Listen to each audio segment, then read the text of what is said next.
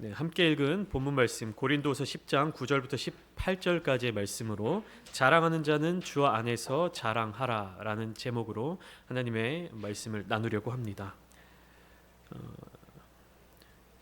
지난주에 이어서 고린도 후서 10장의 내용으로 계속 말씀을 이어가고 있는데요. 10장의 내용은 바울이 자기의 사도 직분에 대해서 변호하고 변론하는 내용을 담고 있습니다. 바울은 여기에서 두 가지 면에서 자신을 변호하기 시작해요.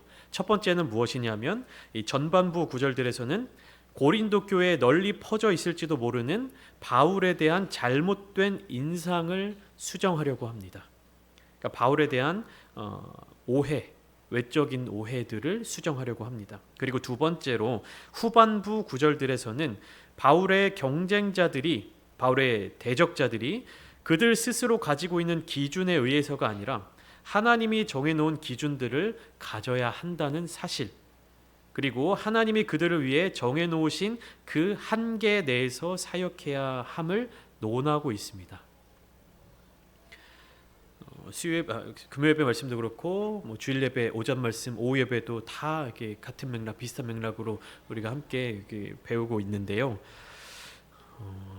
지난 시간에는 이제 바울에게 있어서 바울에 대한 외적인 오해에 대한 해명하는 내용이었다면 오늘 본문이 소속되어 있는 고린도서 10장의 후반부 구절들에서는 바울을 대적하는 그 사람들, 자기들 스스로 이 교회, 고린도 교회 지도자가 될 수 있다, 우리는 인정받은 자다 라고 하는 그 사람들이 어떠한 기준으로 자신들을 자랑하고 있는지 그것을 바르게 한번 자세하게 살펴보려고 합니다.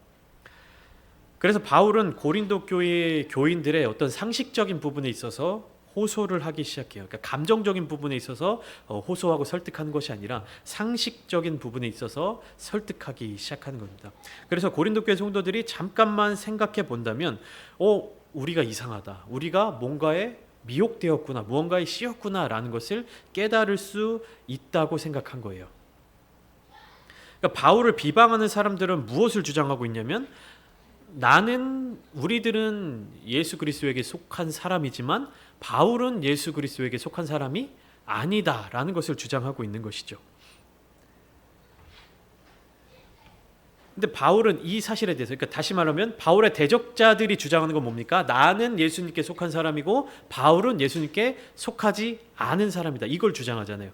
그러면 이 논리에 대해서 반박을 하려면 어떤 내용이 주장되어야 될까요? 바울의 입장에서는 거꾸로 나는 예수님께 소속되어 있고 너네가 예수님께 속하지 않은 사람이다, 이렇게 주장할 수 있잖아요. 근데 바울은 그렇게 하지 않아요. 바울의 대적자들은 우리만 그리스도에게 속한 사람이다, 바울은 그리스도에게 속하지 않은 사람이다, 이렇게 주장하고 있는데 바울은 그 주장에 대해서 반박을 하면서 어떤 논리를 펼치냐면, 너희가 그리스도 안에, 그러니까 나의 대적자들이 그리스도 안에 소속되어 있다고 하는 그 주장을 인정합니다. 그것을 부정하진 않아요. 너희도 그리스도에게 소속된 자들이지만 나 또한 예수 그리스도로부터 사명을 받은, 사도의 권위를 부여받은 그러한 사람이다 라는 이야기를 주장하는 거예요. 그러니까 상대방을 깎아내리고 상대방을 비난하거나 비판하면서 나를 세우는 것이 아니라 상대방의 주장에 있어서 옳고 맞는 이야기들, 그런 부분들을 인정하고 수용하면서 동시에 나에 대해 생겨난 오해라든지 나에 대해 근거 없이 비방하고 비판하는 내용에 대해서 분명하게 그것을 소신을 밝히고 있는 것입니다. 물론 그 사람들이 그리스도와 관계를 맺고 있다고 해서 그 관계가 모두 올바른 관계라고 하는 것은 아닙니다. 관계를 맺고 있지만 올바른 관계가 아닐 수도 있고요. 그러니까 그런 부분에 있어서 그들이 그리스도의 일을 하는 것에 대해서 전면적으로 부인하지는 않고 있다는 거예요. 하지만 바울은 나 자신도 예수 그리스도와 관계된 사람이다, 그리스도와 상관 있는 사람이다 라는 것을 분명하게 이야기를 하고 있어요. 그리고 더 나아가서 이 논쟁에 있어서 과연 예수님께서 부여해 주신 그 권위가 어떻게 생겨나게 된 것인가, 그러니까 고린도 교회의 지도자로서 설 수 있는 그 권위가 어떻게 부여된 것인가, 그 논쟁을 하고 있는 겁니다. 그러니까 당신들이 그리스도에게 속한 사람인 것은 맞는데 당신들에게 과연 고린도 교회를 섬기고 지도할 수 있는 그러한 권위가 부여되어 있느냐의 논쟁에 불을 붙이는 겁니다. 그러니까 너는 그리스도인이 아니야, 너는 예수님께 속한 사람이 아니야, 이렇게 그 사람 자체를 부정하는 것이 아니라 당신에게 그리스도의 권위가 부여되어 있는가, 나에게는 예수님께서 부여해 주신 그 권위가, 교회를 세우고 교회를 다스리고 교회를 지도할 그 권위가 분명하게 있다라는 사실을 주장하고 있는 것이죠. 바울의 대적자들은 어쩌면 어떤 면에서는 그들의 권위가 이 땅에서 사역하셨던 예수님을 직접 만나고 예수님을 직접 따라다녔던 것에서 나왔을 수도 있습니다. 그렇지만 바울은 어떻죠? 예수님께서 이 땅에서 공생의 사역을 하실 동안에는 예수님을 따르지 않았죠. 예수님을 대적하는 행위들을 했습니다.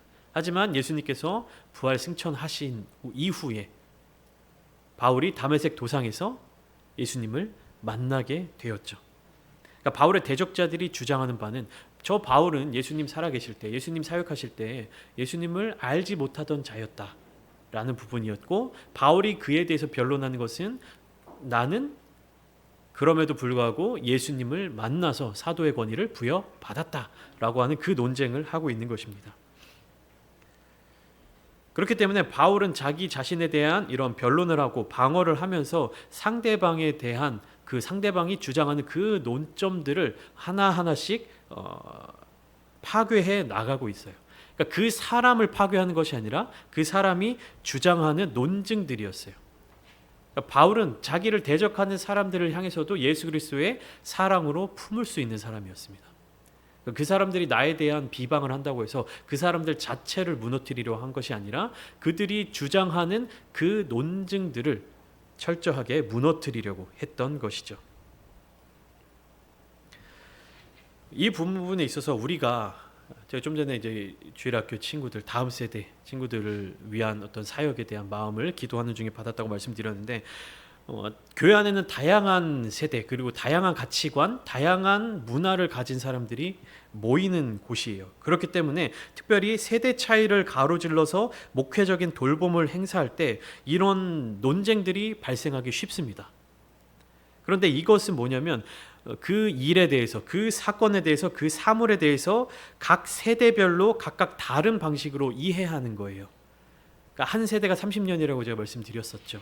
그러니까 그 세대별로 그 하나의 사건, 하나의 사물, 하나의 가치관을 바라보는 그것들이 다른 것이지 누가 옳고 누가 틀리고 하는 문제가 아니라는 거예요. 그러니까 지금 우리에게 저건 좀 아니지 않나 라는 부적합한 시각을 가지는 어떠한 사건에 대해서 이것이 한 1, 20년 지난 이후에는 굉장히 자연스러운 현상이 될 수도 있다는 사실입니다. 그렇기 때문에 우리는 더욱더 본질적인 부분에 집중을 해야 되는 거예요. 교회를 섬기고 교회에 우리의 은사를 사용하면서 우리가 때로는 비본질적인 부분에 있어서 너무 많은 에너지를 소모할 때가 있습니다. 하지만 그런 부분에 있어서 우리가 더 주목해야 되는 것은 무엇이냐면 예수 그리스도의 복음, 그 복음이 무엇인지 그 본질에 더욱더 깊게 파고 들어가야 된다는 거예요.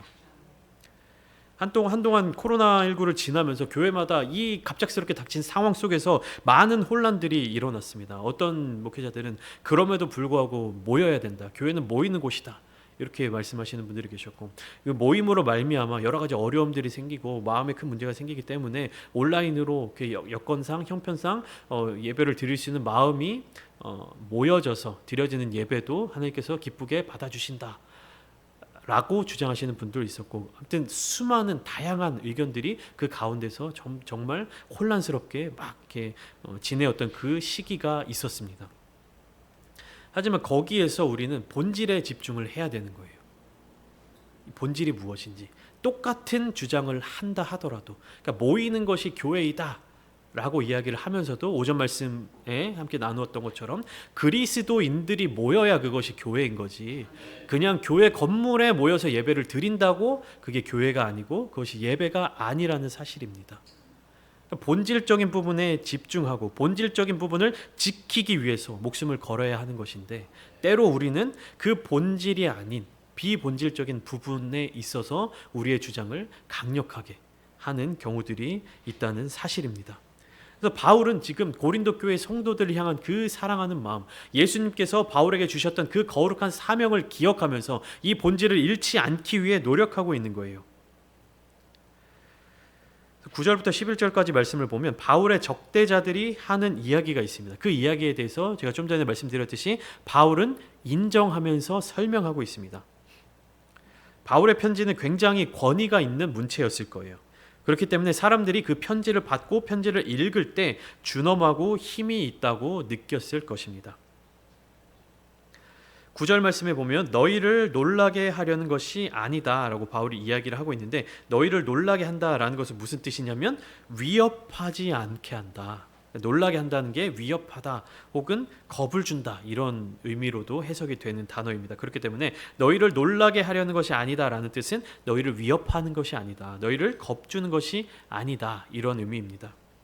그리고 10절 말씀에 보면 몸으로 대할 때는 약하고 말도 시원하지 않다. 그러니까 그들의 말이, 그의 편지들은 무게가 있고 힘이 있으나 그가 몸으로 대할 때는 약하고 말도 시원하지 않다, 이렇게 주장하는 거예요. 바울의 대적자들의 주장입니다.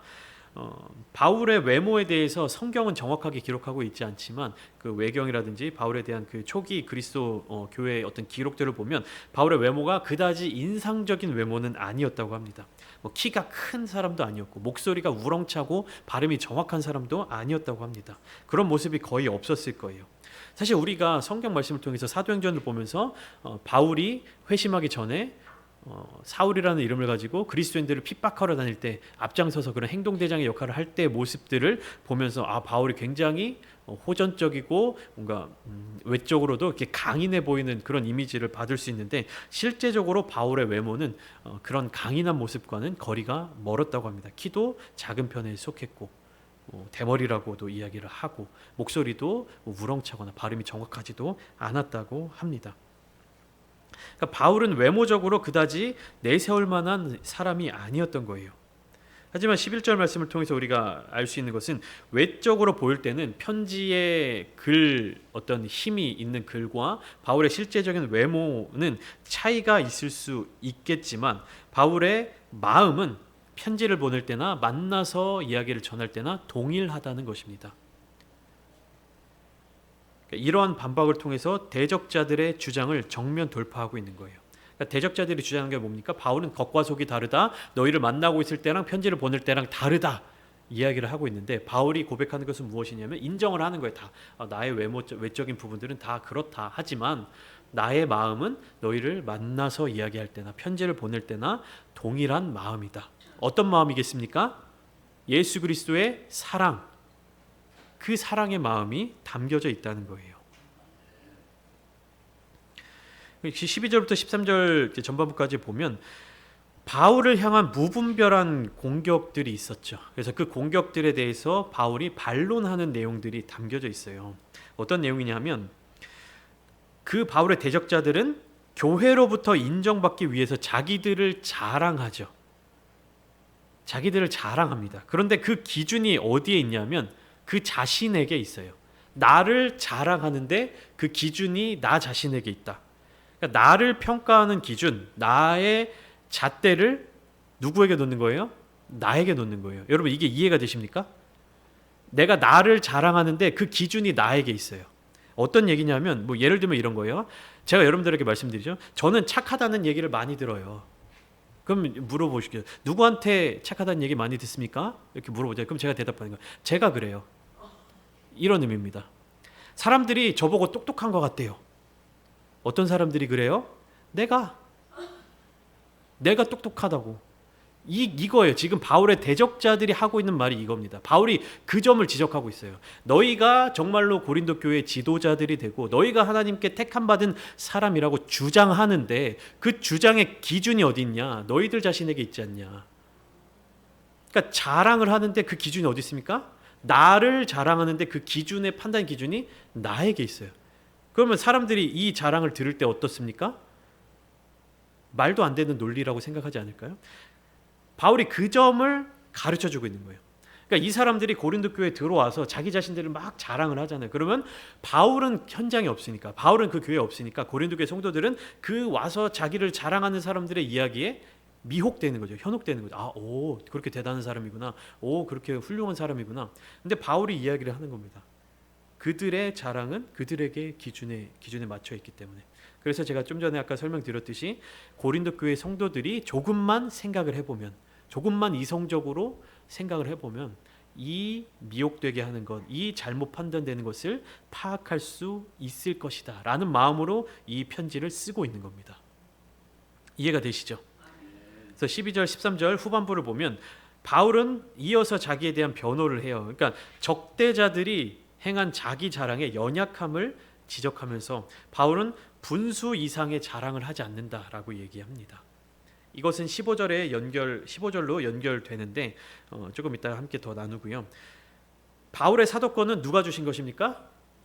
예, 주님께로부터 받은 거죠. 근데 바울의 적대자들의 사도권은 누가 주장하는 거예요? 그렇죠. 자기 자신들이 주장하는 거잖아요. 바울은 분명하게 이야기하고 있어. 나에게 이 사도의 권위를 주신 분은 예수님이시다. 주님이시다. 이걸 얘기하는데 바울의 대적자들은 뭐라고 얘기합니까? 내가 사도의 권위가 있다. 이렇게 이야기를 하는 거예요. 스스로에 대한 평가 기준을 세우고 자랑하는 자들. 이게 바울의 대적자들이었고 기준을 예수님께 두고 그 예수님의 기준 안에서 자랑하는 사람이 바울이었다는 겁니다. 그래서 바울은 분수 이상의 자랑을 하지 않아요. 오직 하나님께서 나누어 주신 것만큼 자랑하고 있습니다.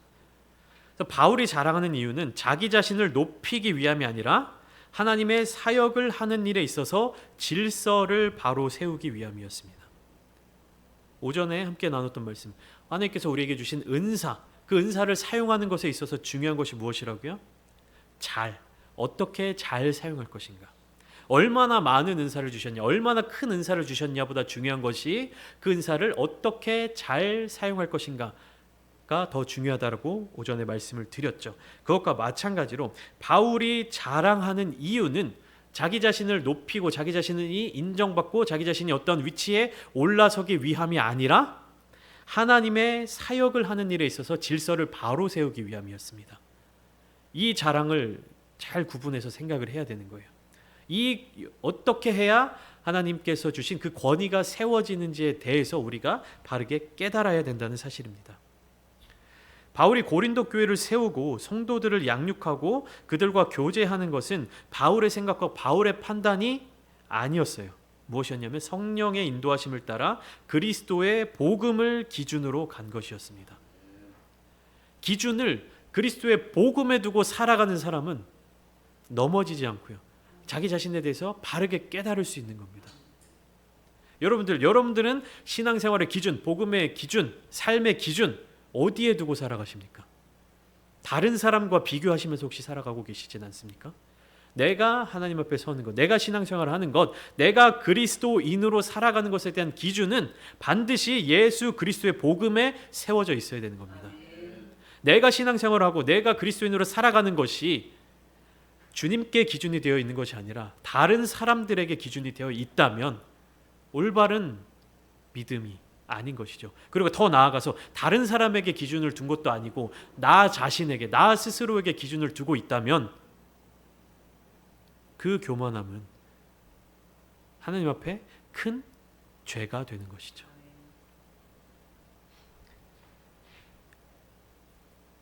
15절에 보면 바울은 이렇게 고백을 합니다. 우리는 남의 수고를 가지고 분수 이상의 자랑을 하는 것이 아니라 오직 너희 믿음이 자랄수록 우리의 규범을 따라 너희 가운데에서 더욱 풍성하여지기를 바라노라.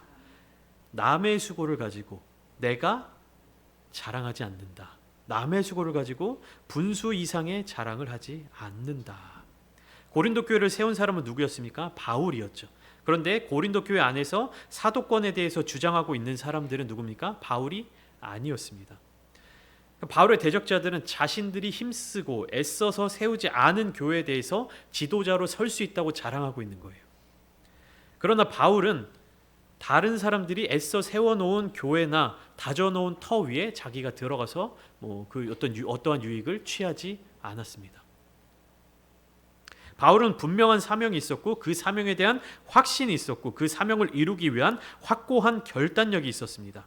남이 이루어 놓은 것을 빼앗아 취하는 것이 아니라 다른 사람들보다 더 우위에 서려고 하는 것이 아니라 그 자신의 사명에 대한 확고한 믿음, 그리고 자신의 사명이 점차적으로 확장될 것을 소망하고 있었습니다. 그렇기 때문에 고린도 교회의 성장이 곧 바울의 자랑 중 하나였던 것이죠. 나 자신을 자랑하면서 고린도 교회에 들어와서 지도력을 행사하는 사람과 그 자신의 기준을 주님께 두고 고린도 교회의 성장이 나의 자랑이다라고 고백하는 바울과 고린도 교회 성도들이 받아들이는 그 마음의 감정이라든지 그 느낌이 어떠했을까요? 현장에서 들리는 음성이라든지 말로 하는 그런 현란한 어떤 이야기들, 자기에 대한 자랑, 그러면 정말 대단한 사람이구나, 정말 위대한 사람들이구나, 정말 훌륭한 사람들이구나, 그 현장에서는 그렇게 인정할 수 있겠지만 바울의 이 차근차근한 변호 그리고 설득, 그래서 곰곰이 생각해 보면 그렇지, 저들의 자랑은 자기 자신으로부터 나오는 것들이었구나. 그러나 사도 바울의 자랑은 어디서부터 나오는 겁니까? 주 안에서 나오는 것이었습니다. 그래서 17절 말씀을 통해서 바울은 그의 적대자들의 정곡을 찌르고 있는 겁니다. 자랑하는 자는 주 안에서 자랑할지니라. 주 안에서 자랑해야 어떻습니까? 그 자랑으로 말미암아 예수 그리스도께서 영광 받으십니다. 주 안에서 자랑해야만 그 자랑이 하나님의 사역의 길에 확장되는 역할을 할 수 있는 것이죠. 18절 말씀을 보면 우리가 소망하는 칭찬의 기준이 어디 있는가에 대해서 나와 있습니다. 옳다 인정함을 받는 자는 자기를 칭찬하는 자가 아니요 오직 주께서 칭찬하시는 자니라. 인간의 노력과 결과이기 때문에 어떤 사람이 선교 사역을 통해서 행한 일로 인하여 칭찬을 받거나 책망을 받는 것이냐, 그러니까 인간의 노력으로 말미암아 이러한 결과가 나왔다라고 생각하고 그것에 대해서 칭찬을 받을 것이냐, 아니면은 그 칭찬의 기준이 오직 주님께 있으며 주로부터의 평가가 기준이 되어서 주님께 칭찬받는 자만이 옳다 인정함을 받는 것이냐, 이거에 대해서 바울은 이야기를 하고 있는 것입니다. 자기를 칭찬하는 자, 그리고 주님께서 칭찬하시는 자, 여러분들은 어떤 칭찬을 받고 싶으십니까? 어떤 칭찬이 여러분들을 살리는 칭찬이 될 것 같습니까? 주님께서 칭찬하시는 사람들이 되셔야 되지 않겠습니까? 우리가 그것을 소망하면서 살아야 되지 않겠습니까? 근데 인간은 연약한 존재이기 때문에 인정받고 싶고 칭찬받고 싶고 격려받고 싶고 위로받고 싶어요. 그런데 그 인정과 칭찬과 격려와 위로를 주님으로부터 받아야 하는데 더 편안해 보이고 더 좋아 보이고 누구한테 받으려고 합니까? 사람으로부터 받으려고 해요. 사람으로부터 인정받으려고 하고 사람으로부터 칭찬받으려고 하고. 그러나 우리가 이 고린도서를 함께 나누면서 칭찬의 기준을 어디에 두어야 됩니까? 주님께 두어야죠. 자랑의 기준을 어디에 두어야 됩니까? 주님께 두어야 하는 것입니다. 그래서 우리의 삶의 모든 순간순간마다 주님으로 말미암아 더욱더 많은 것들을 자랑하시고 주님께 잘했다 칭찬받는 그러한 귀한 하나님의 사람 예수 그리스도의 종들이 다 되시기를 주님의 이름으로 축원합니다.